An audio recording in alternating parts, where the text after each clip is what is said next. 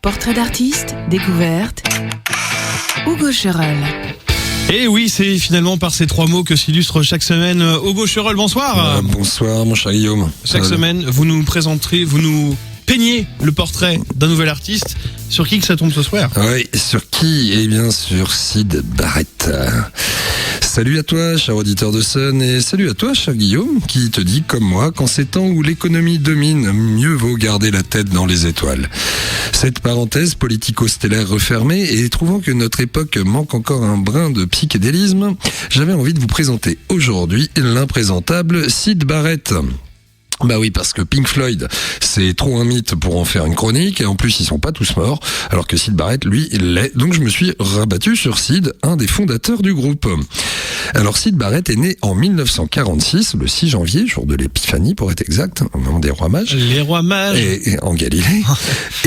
Tout ça. Et il est mort en 2006, il y a 10 ans, et il aurait donc pile 70 ans cette année. Il naît à Cambridge, donc ville qu'on ne présente pas, berceau de l'accent anglais, et il est dans un milieu très aisé. Son papa, il est médecin, il naît sous le nom de Roger Keith Jarrett, et il fait ses études dans un bahut du genre Harry Potter, où on porte l'uniforme. C'est l'Angleterre de l'après-guerre, et ça ne rigole pas avec la discipline.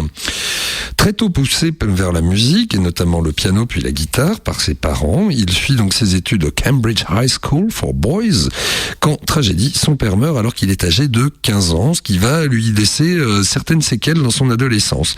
Alors pour se distraire, ou pour qu'il puisse se distraire, sa mère l'encourage toujours et encore plus à jouer avec son groupe, les Mottows. Après le lycée, donc on est en 64, et il part à l'école d'art de Camberwell, au sud de Londres, et il continue de se nourrir au jazz et au blues, tout en pratiquant le dessin et la peinture. Et c'est là qu'il va rencontrer Roger Waters, Nick Mason et Richard Wright dans le groupe T7, qui deviendra les Pink Floyd. Eh oui, mais tu sais tout d'avance, toi, Guillaume. Hein. C'est comme si je l'avais lu. Eh ben oui. Et oui, c'est lui qui composera le premier album des Pink Floyd, The Pipers at the Gate of Dawn, une des perles de la musique psychédélique de l'époque.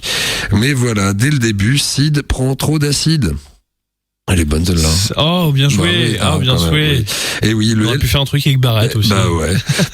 Le LSD fait de Syd Barrett un jeune homme perché et relativement inaccessible aux échanges avec ses convives. Alors, usé de ses excès, les amis Flamand Rose arrêtent rapidement de collaborer avec lui juste après le deuxième album, et Syd Barrett sera alors remplacé par David Gilmour.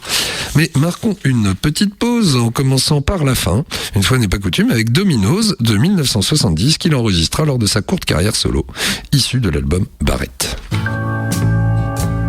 It's an idea someday. It might is my dreams. Don't you want to see her prove life that comes of no harm?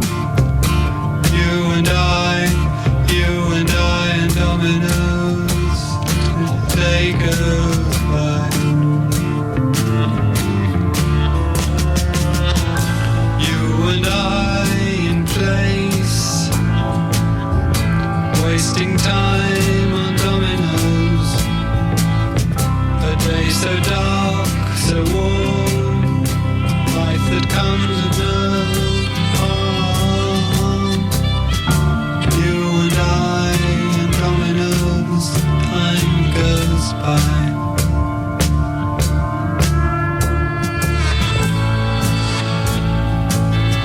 C'est pas si perché que ça non plus. Hein. Ah non, bah c'est vraiment ce qu'il a pu faire. Oui, non, il y a plus psychédélique, en effet. Non, ça c'est typiquement écouter un jour de pluie en buvant un chocolat chaud avec ses amis, en jouant au domino à côté de la cheminée, quoi. Et oui, donc en fait, Syd Barrett a dû quitter les Pink Floyd officiellement en 1968, pile au moment où il décollait grave, en fait. C'est-à-dire donc 2 ou 3 ans après leur formation, et il se lance dans une courte carrière solo, et il enregistre 2 albums, The Madcap Love et Barrett, dont on vient d'entendre un extrait. Il enregistre aussi des petites sessions qui seront compilées sur le disque Opel, mais bon, globalement, Syd est définitivement cramé, ou du moins ses neurones, et après 1975, il se retire totalement et vivra une vie d'ermite plus ou moins sociable, et ce jusqu'en 2006, année où il meurt d'un cancer du pancréas à 60 ans. Ses amis des Pink Floyd, pendant ce temps-là, quand même, en 70, lui avaient quand même apporté leur aide, même lors de sa carrière solo, et puis il l'aidait à essayer d'enregistrer, etc. Mais pour David Gilmour, c'était pas toujours évident parce qu'ils étaient pas forcément dans la même sphère. Les Pink Floyd lui auront même dédié un morceau, Wish You Were Here. On aurait aimé que tu sois là. Et donc pendant 30 ans, Syd Barrett vit vraiment très reclus, il cultive son jardin et s'adonne à la peinture, il arrive même à en vendre un petit peu, et il sort très peu, il va des fois au théâtre, mais il tient des discours très fragmentés et pas toujours cohérents.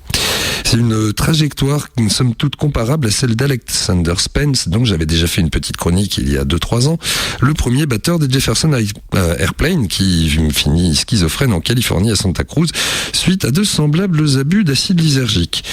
Mais bon, au moins Syd a laissé à certains humains l'envie de se faire davantage dominer par les étoiles que par l'économie. Ça, c'est beau. Et c'est pourquoi je vous propose, chers auditeurs de Sun et cher Guillaume, de nous quitter sur Astronomy Domain, issu d'Umaguma et composé par l'imprésentable Syd Barrett. Et bien sûr, j'ai envie de vous dire à la semaine prochaine pour quelque chose de Très différent. Très différent. Parce qu'il donne toujours le là, Syd. Eh oui. Oh. Allez. down the sound about the icy waters underground. Jupiter and Saturn under and Neptune, Titan, stars and bright.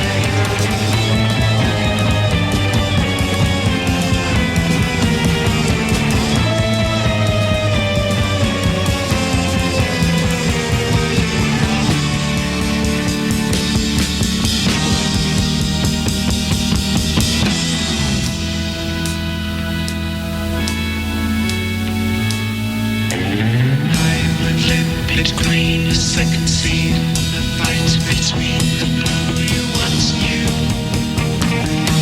Floating down the sound about the icy waters underground. Jupiter and Saturn, Oberon and Titania. Neptune, Titan, stars and brighten.